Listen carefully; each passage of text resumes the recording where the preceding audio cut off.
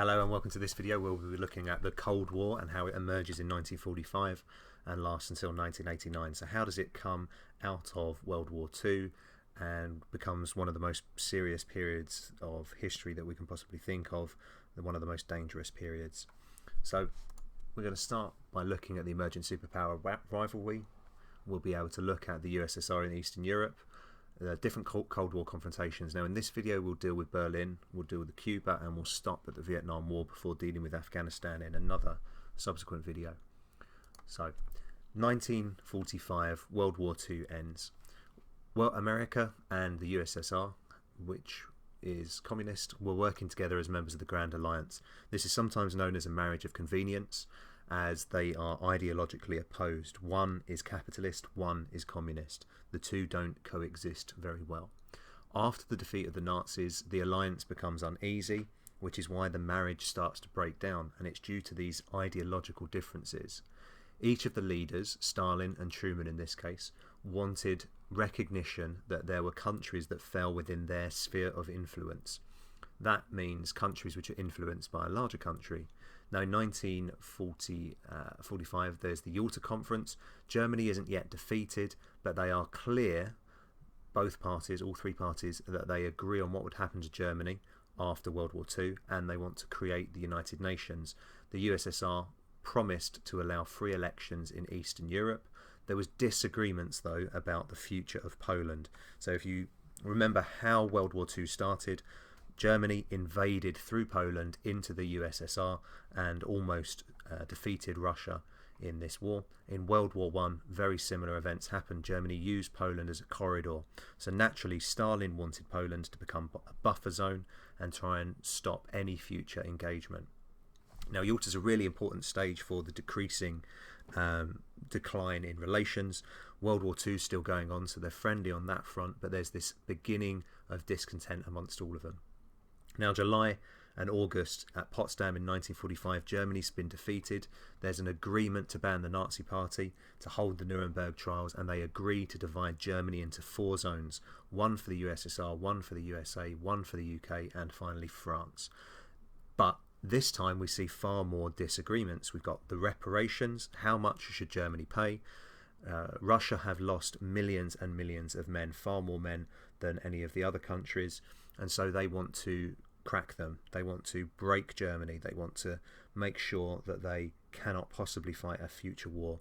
Now, it's not in the interests of the USA to have Germany like this. They want to trade with them in the future. They see them as a potential partner somewhere down the line, and the same for Britain. And again, they disagree about Poland. Stalin wants Poland. Churchill and Roosevelt both disagree with the plan, but there is agreements about Greece that kind of allows them to sort of move forward. Lastly, we've got the atomic bomb. Stalin is furious that Truman at this point has not told them about the atomic bomb, such a powerful weapon that would defeat Japan, and nobody knows. Now, the situation gets worse when we've got the with the Iron Curtain speech.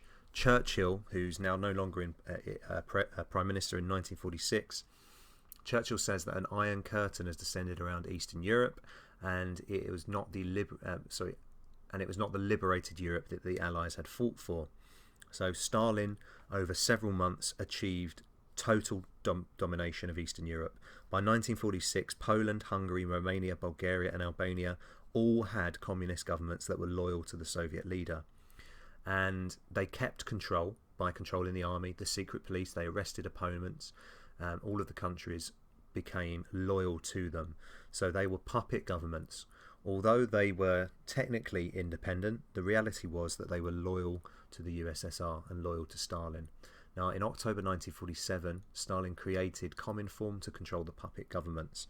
Cominform is an important method by which Stalin maintains this stronghold over the Eastern European countries. So now we've got this power block, we've got the USSR, and we've got the Eastern European countries that form Cominform. The response to this, and we can see that there's an increase in tension, is the Truman Doctrine. America agrees to send troops and resources to any government that's threatened by communism, in a policy what we call containment. So to stop this spread of communism through Europe, in a war-ravaged Europe, America promises to send troops and resources to stop it.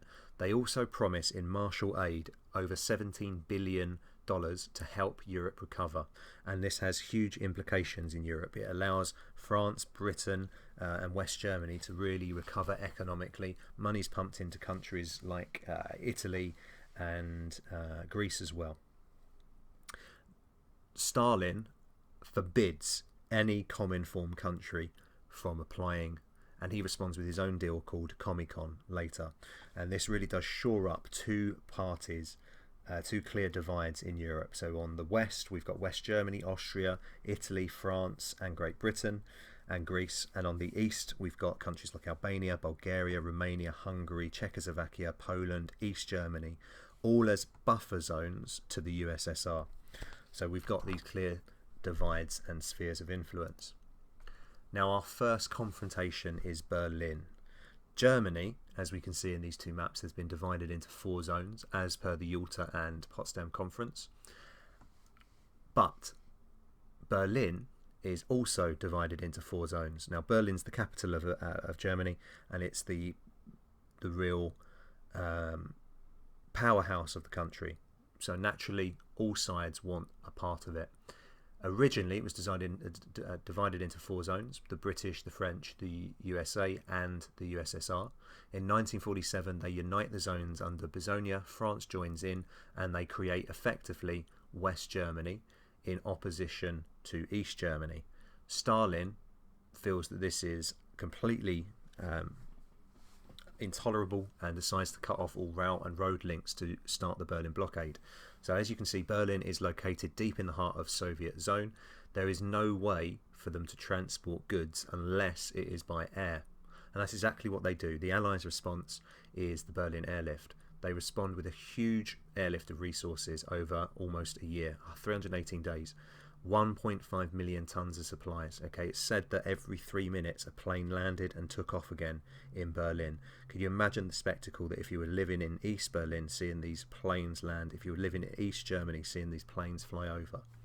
Now the result of this impact is 1949. We've got the creation of the FDR, the Federal Republic of Germany, which becomes West Germany, and the formation of a second country, East Germany, the German Democratic Republic. Eventually it leads to the countries in orange forming the North Atlantic Treaty Organization, and then 6 years later the formation of the Warsaw Pact. And at this point we can say that clearly tensions and relations have broken down so badly that we've got these two camps, and we've got the NATO and Warsaw Pact against each other. So the Grand Alliance is over.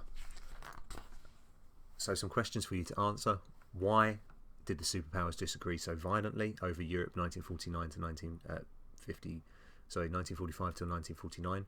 Why was the Cold War caused by ideology, and how far was the Cold War the fault of the USA? So the first question, you can talk about the expansion into Eastern Europe. As the two sides were marching towards Germany, the USSR occupied Eastern Europe, and they continued to occupy Eastern Europe despite promising that they would allow free elections. It was nonsense. Stalin forcibly coerced people to vote for the Communist Party, and they remained in power for many, many years. Now our second confrontation is the building of the Berlin Wall. By the 1950, we've got the rival alliances, NATO and Warsaw Pact. In 1953, a significant event. Stalin dies, a new leader, Khrushchev, takes over. He talks secretly of peaceful coexistence and a desire to de-Stalinize. Okay?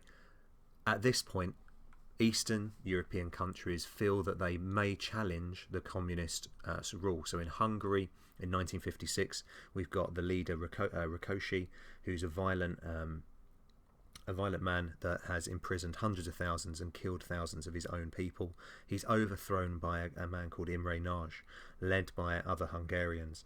And for a period of 5 days, there seems to be progress in Hungary and talks of a better future. Nagy decides to try and leave the Warsaw Pact, and at this point it is violently put down by Khrushchev. Over 1,000 tanks roll into Budapest and kill thousands of people, and the result is that Eastern European countries are locked down even further. There are uprisings in Germany, in Eastern Germany as I wrote, and they're also violently put down. So throughout the 1950s there's also this constant threat of nuclear war. Both sides are mounting huge amounts of nuclear weapons. They are locked in an arms race. There is a huge threat. Both of them have the capability of destroying the world many, many times over. There's new bombers, new missiles. We've got intercontinental ballistic missiles that are able to destroy the world in minutes, not just hours now. The Berlin Wall has many problems and many causes. One of the main causes is that by this point, East Germany is suffering in comparison to West Germany, and so many Eastern Germans are moving across the border and going to West Germany, and the same is happening in Berlin. It's known as a refugee crisis. East Germans fled, over 2.7 million left. Many of them were highly skilled, and it was an embarrassment to Khrushchev. In 1958, he makes an ultimatum to say to the USA, get your troops out so that we can secure Berlin. Eisenhower does not want to give in, and they set up an international meeting to discuss the future. So we've got Geneva, where they agreed to meet. We've got Camp David, where they agreed to hold another meeting in another year, and Khrushchev withdraws that ultimatum. It leads to the Paris summit, then the Vienna conference, and then lastly an agreement. Khrushchev knows that the USSR at this point will not win a nuclear war. The USA has almost 20 times more weapons. So on the 13th of August, Khrushchev closes the border between East and West and builds the Berlin Wall. It stops East Germans from escaping to the West, so Khrushchev does not lose face. He avoids war and still manages to appear strong. So at the first glance, the Russians regarded it as a propaganda success, but as time goes on, it becomes a symbol of the division of Soviet rule. President Kennedy will go to Berlin in 1963 and say that Ich bin ein Berliner, I am a Berliner, and I do not need to lock the people in a democratic country. So it's an incredibly difficult situation. Now we come on to our second crisis, the Cuban Missile Crisis. It starts in 1959. 1959, Fidel Castro takes power over Cuba, an island just off the coast of Florida. It has lots of business interests. America has lots of business interests. When Castro takes over, though, he takes over these businesses, and that, of course, frustrates America. Castro is cut off from America and has to seek help from elsewhere. The USSR step in. They agree to buy that sugar. In April 1961, the CIA, the Central Intelligence Agency of America, send in 1,300 Cuban exiles, and due to a number of different issues, it fails. We've got the Bay of Pigs, and it's easily defeated. Kennedy is humiliated. In 1961, the USSR promises weapons. Now we come to the crux of the issue, the 9 October crisis, the 9 days. So, as you can read through, essentially, America promises a blockade around Cuba. There is the potential for nuclear war as ships approach the border. If they get across the line, then Kennedy loses, or he has to start a war. Now, there's secret offers and communications between the two parties, and the eventual acceptance is Khrushchev offers to remove missiles from Cuba. So the immediate consequences of the crisis in 1963 is the setting up of the telephone hotline. This allows direct communication between Kennedy and Khrushchev. They're able to call each other, they're able to speak, and hopefully sort things out in the future. And there's also the Limited Test Ban Treaty. Granted, it is a pretty ineffective treaty. It bans testing of all nuclear weapons in space and above ground, but it's the first time the two parties are talking about limiting the amount of nuclear weapons or testing of them. The long term, it means the USSR now has new impetus. It catches America up in the arms race, and this is based on the idea of mutually assured destruction, which acronyms as MAD. Our last confrontation that we'll be talking about today is the Vietnam War. So the Vietnam War has a history of World War II. We've got Indochina, as originally known, being ruled by France, being taken over by the Japanese. At the end of World War II, when Japan's been defeated, we've got a strong nationalist and communist person called the Viet Minh, who's led by Ho Chi Minh, who wants independence. France, though, continues to fight for it. The war lasts for several years, and eventually France are unable to hold out and pull out of Vietnam in 1954. There's a peace conference that temporarily divides Vietnam into the north and south until there are free elections. The USA choose to put incredible amounts of support behind Ngo Dinh Diem, who's anti-communist and unlikely to win.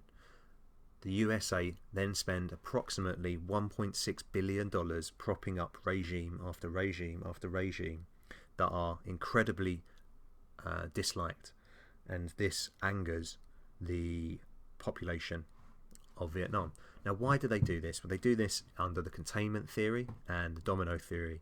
The US government were sure that the China and the USSR were planning to spread communism across Asia, so they felt that they took a stand here, then we would be able to stop it from expanding. But there's also the idea that America believed they could win a war. They were powerful and they wanted to start a conflict. By the 1960s, though, America starts to get drawn in. Okay, they're losing, the South Vietnamese that they're supporting are losing influence in the countryside to the group called the Viet Cong. The Viet Cong are supported by the North Vietnamese as well as China and the USSR. Eventually, Kennedy sends in advisors, in inverted commas. These are really American troops that are there to train the Vietnamese, and it's kind of a preparation for what comes next. After Kennedy's assassination, America steps it up. Lyndon Johnson, the picture at the top, increases his involvement and launches Operation Rolling Thunder in 1965. It's a huge bombing campaign. Millions of bombs are dropped to the tune of billions of dollars. And eventually they start sending in ground troops. Over 8.5 years, 500,000 troops will be sent in. Thousands will die, and it will become a terrible war that is demoralizing to America, and they essentially lose. Okay, in 1965, the Viet Cong had about 170,000 troops. It is heavily outnumbered, so they cannot fight against America in a straight-up fight. So they have to use guerrilla warfare. That's hiding, using the tunnels, using booby traps, jumping out and killing as many American soldiers as they can before disappearing quickly. So you never knew where your enemy was, and it was an incredibly unpopular fight. America lost because they were in an unpopular regime. They supported the wrong people. They lost because of the Viet Cong and the tactics that they used. They lost because they lost the Vietnam support, the support of the Vietnamese. The Viet Cong were courteous and respectful, but they could also be ruthless. They lost because of supplies. The Viet Cong continued to use the Ho Chi Minh Trail. Hundreds of thousands of Vietnamese people kept it open. They lost because there was a lack of commitment eventually. And lastly, they used ineffective tactics. They used terrible weapons like search and destroy tactics, chemical weapons like Agent Orange and napalm, and the images that we've seen of this are incredibly telling. It burns the flesh off of people. Agent Orange is a poisonous weed killer that is very deadly. The search and destroy tactics are Americans going into these areas and killing any Viet Cong that they suspect. Every Viet Cong weapon, at least six Vietnamese civilians were killed in these tactics. Bombing was completely indiscriminate. You could not choose to bomb a Viet Cong soldier. You bombed villages. Thousands died as a result of these direct tactics. Now, the attitude toward the American war eventually changed. It starts off in 1963 as a support, incredible amount of support, and thousands join the draft. But eventually attitudes change. Why does it change? We've got the Tet Offensive, which is a huge offensive that goes wrong. Thousands of troops, $20 billion a year. That's why it goes wrong. The media, especially Walter Cronkite, who's responsible for posting results about the Tet Offensive and alerting America and the American people to the Vietnam War. Every night, people saw the bodies of American soldiers return, and it was incredibly disheartening to America, and people lost support for it. We've got the My Lai massacre, where 300 to 400 civilians were killed by American soldiers. When this came out, that it was not a force for good, it was not fighting for a just cause. American people lost support. The peace movement grew in this period. Americans were annoyed at the cost, the social inequality of the draft.